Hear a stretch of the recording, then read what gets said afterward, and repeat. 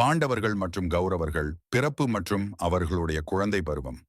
Dhritarashtra, bond மற்றும் விதுரர் மூவரும் வேதவியாசரால் பிறந்தவர்கள். திருதராஷ்டிரர் குருடு, பாண்டு ஆரோக்கியமானவர், விதுரர் சாமானிய புத்திமதி. பாண்டு ஹஸ்தினாபுரத்தின் அரசராக முடிசூடுகிறார். அவர் குந்தி மற்றும் மாதரி என்ற இரு பெண்களை மணக்கிறார். ஒரு வேட்டையின் போது தவறுதலாக ஒரு ரிஷியை கொன்ற பாவத்துக்காக பாண்டுவனத்திற்கு சென்று தவம் செய்கிறார். அங்கே குழந்தைகளை பெற முடியாது என்ற சாபம் இடப்படுகிறது. குந்திக்கு தேவதைகளை அழைக்கும் வரம் இருந்தது. அவள் இதை பயன்படுத்தி தர்ம தேவனிடம், தர்மன் வாயு தேவனிடம், பீமன் இந்திரனிடம், அர்ஜுனன் என 3 மகன்களை பெறுகிறார். மாதரி அஸ்வினி தேவர்களை அழைத்து நகுலன், சகதேவன் ஆகிய இரட்டையர்களை பெறுகிறார்.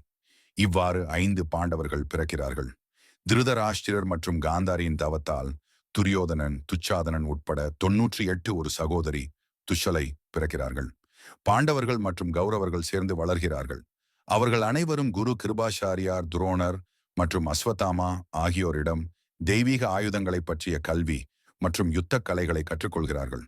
இப்பொழுதுதான் அர்ஜுனனின் அற்புதமான அம்புகளை, பீமனின் வலிமை, துரியோதனனின் சூழ்ச்சி முதலியவை வெளிப்படத் தொடங்குகின்றன. கர்ணன் என்பவர் அர்ஜுனனுடன் போட்டியிட வருகிறார். இது ஒரு முக்கிய திருப்புமுனை.